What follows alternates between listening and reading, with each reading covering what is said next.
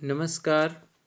आज हम लोग पढ़ेंगे विषय पर्यावरण, जो कक्षा 5 का है और पाठ है 2।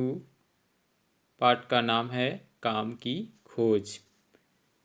इस पाठ में आज हम लोग जानेंगे मौसमी रोजगार, स्थानीय पर्व त्यौहार एवं काम के लिए परिवार के कुछ सदस्य बाहर क्यों जाते हैं तथा साहूकारों से लोग कर्ज या ऋण क्यों लेते हैं और अपना जीवन यापन कैसे करते हैं।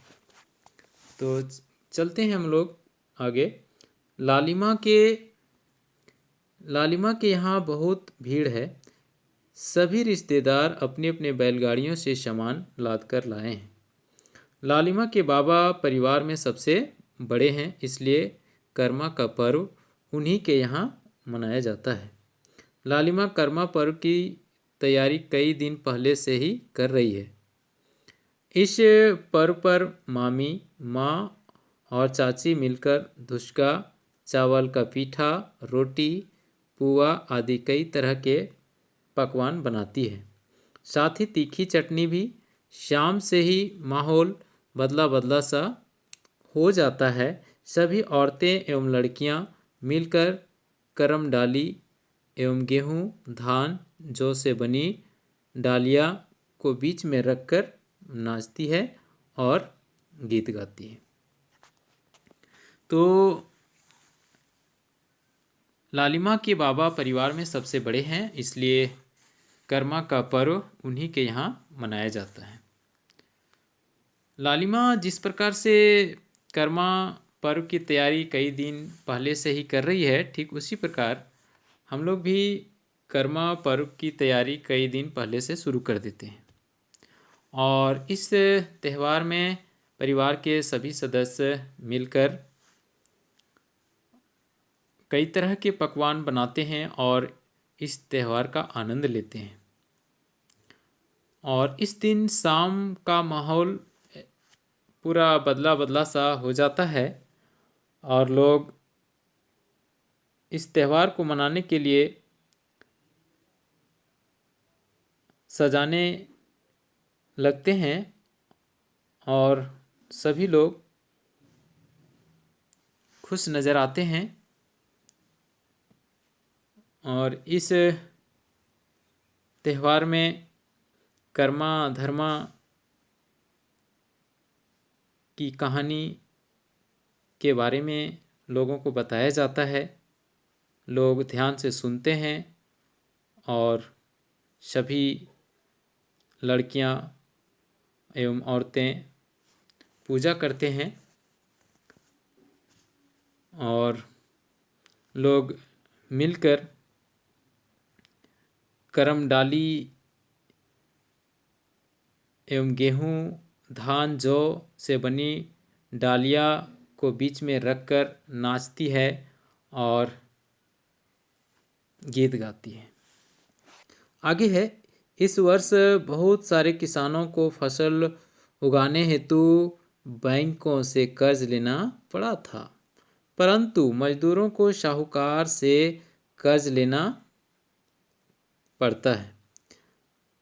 अगले दिन साहूकार के साथ मीटिंग के लिए सभी बैठते हैं। मीटिंग में साहूकार सभी के कर्जों का हिसाब करता है कि किस परिवार के ऊपर उसका कितना कर्ज बाकी है, यह भी देखा जाता है। तो इस वर्ष किसानों को फसल उगाने के लिए बैंक से कर्ज लेना पड़ा था, परंतु मजदूरों को साहूकार से कर्ज लेना पड़ा। और साहूकार जो है मीटिंग के लिए सभी को मीटिंग के लिए सभी लोग बैठते हैं। मीटिंग में साहूकार सभी के कर्जों का हिसाब करता है कि किस परिवार के ऊपर उसका कितना कर्ज बाकी है। ये सब लोगों को साहूकार बताता है। जैसे कि आप तस्वीर में देख सकते हैं, साहूकार बैठे हुए हैं और किसान लोग उनसे कुछ बातें कर रहे हैं, कुछ लेन देन भी हो रहा है। आगे देखते हैं। फिर शुरू होती है आगे की बात। अगले 1 माह का समय देकर साहूकार जाने लगता है। गांव के बड़े किसानों के खेतों में काम कुछ दिनों ही होता है। इन खेतों में लालिमा के परिवार जैसे ही कई मजदूर परिवार काम करते हैं।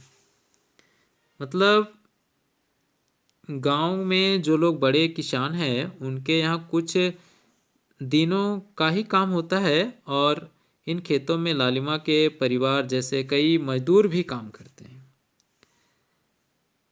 इस कमाई से उनका कई महीनों का खर्चा चल जाता है। पर जिस साल बरसात कम होती है उस साल खेतों में भी काम नहीं होता। जिस साल बरसात कम होती है उस साल खेतों में भी काम नहीं होता। तब उस समय उनका गुजारा कैसे हो?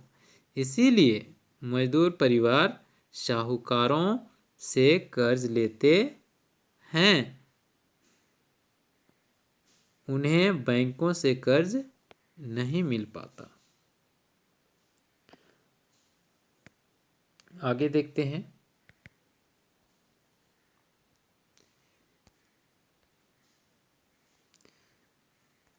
अगले माह फिर साहूकार लालिमा के गांव पहुंचता है और कर्ज चुकाने का आदेश देता है। कई मजदूर परिवार साहूकार के आगे हाथ जोड़ते हैं और कहते हैं कि धनकटनी के पश्चात यानी बाद हम सब कर्ज चुका देंगे। तो मजदूर किसान के यहाँ साहूकार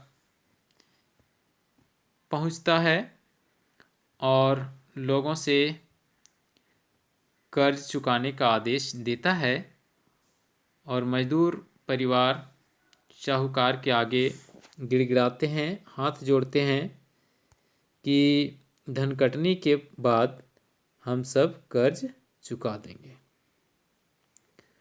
कुछ ही दिनों बाद लालिमा, उसके माँ बापू, चाचा, मामा मामी, उनके 2 लड़कियां और गांव के 40 से 45 परिवार अपने गांव से दूर धनकटनी करने जाएंगे।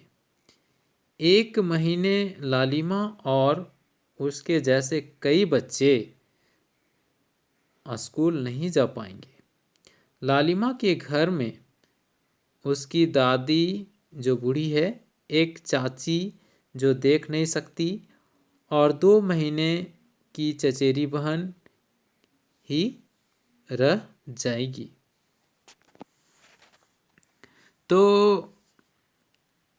कुछ ही दिन बाद लालिमा, उसके माँ बापू, चाचा, मामा मामी और उनके 2 लड़कियां और गांव के 40 से 45 परिवार अपने घर से दूर धनकटनी करने जाएंगे। तो इस तरह से लालिमा और उसके जैसे कई बच्चे स्कूल नहीं जा पाएंगे और लालिमा के घर में बूढ़ी दादी, एक चाची जो देख नहीं सकती और 2 महीने की उसकी चचेरी बहन ही रह जाएंगी। ये लोग घर में रह जाएगी। इस तरह गांव के अन्य कई परिवारों में भी बूढ़े और बीमार लोग रह जाते हैं। लालिमा को अपनी दादी की बहुत याद आती है। वे उसे बहुत प्यार करती है। लालिमा सोचती है कि उसके नहीं रहने पर दादी की देखभाल कौन करेगा। पर लालिमा क्या करे? उसको तो जाना ही पड़ेगा।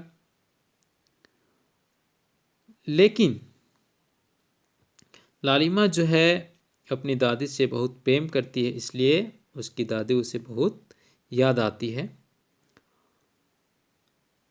और ऊपर कुछ सवाल जैसा है, बताओ, देखते हैं। क्या लालिमा के गांव के सभी लोग सुखी संपन्न हैं? नहीं, क्योंकि अगर सुखी संपन्न लोग होते तो साहूकारों से कर्ज नहीं लेते और दूसरे गांव धन कटनी के लिए नहीं जाते। दूसरा पॉइंट है, लालिमा के गांव में कितने महीनों तक काम मिलता है? कुछ ही दिनों तक काम मिलता है। क्या तुम ऐसे लोगों को जानते हो जो वर्ष भर में कुछ ही महीने काम करते हैं? बहुत से किसान मजदूर हैं जो लोग कुछ ही महीने काम करते हैं, उन्हें काम भी नहीं मिलता है सही ढंग से। अगर लालिमा के गांव के सभी लोगों को वर्ष भर काम मिले तो किस तरह की परेशानियों का सामना नहीं करना पड़ेगा? अगर लालिमा के गांव के सभी लोगों को वर्ष भर काम मिले तो ना तो उसे साहूकारों से कर्ज लेना पड़ेगा और ना ही धन कटने के लिए दूसरे गांव जाना पड़ेगा। लोग कर्ज से बच जाएंगे अगर उन्हें वर्ष भर काम मिले तो। अगला पॉइंट है, लालिमा के गांव में जब बारिश नहीं होती तब खेती भी नहीं हो पाती। बारिश के बिना भी खेती हो, इसके लिए क्या उपाय किया जा सकता है? तो इसके लिए बहुत सारे उपाय किए जा सकते हैं। लोग तालाब से पानी की व्यवस्था कर सकते हैं, कुआं से भी सिंचाई कर सकते हैं, और ऐसे बहुत सारे उपाय हैं जो फसल के लिए व्यवस्था कर सकते हैं। नीचे है, सोचो, आज भी कुछ लोगों को बैंक के बजाय साहूकारों से ऋण लेने पड़ते हैं। क्यों? क्योंकि लोगों को बैंक से ऋण नहीं मिलता है तो साहूकारों से लोग ऋण लेते हैं। दूसरा है, जब लालिमा का परिवार और गांव के लोग धन कटनी के लिए दूसरे जगह जाते हैं तब कुछ लोग गांव में ही रह जाते हैं। ऐसा क्यों होता होगा? ऐसा इसलिए होता होगा क्योंकि कुछ बच्चे, बूढ़े, कुछ बीमार लोग ऐसे हैं जो दूसरे जगह काम करने के लिए नहीं जा सकते हैं। अंतिम पॉइंट है, जब लालिमा और उसके जैसे कई बच्चे एक महीने तक गांव छोड़कर चले जाते हैं तब गांव के स्कूल में क्या होता होगा?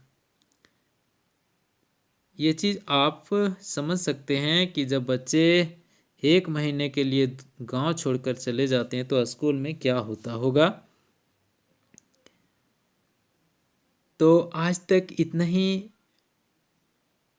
और फिर मिलेंगे अगले वीडियो में। और इस चैनल को सब्सक्राइब और लाइक ज़रूर कीजिएगा। धन्यवाद।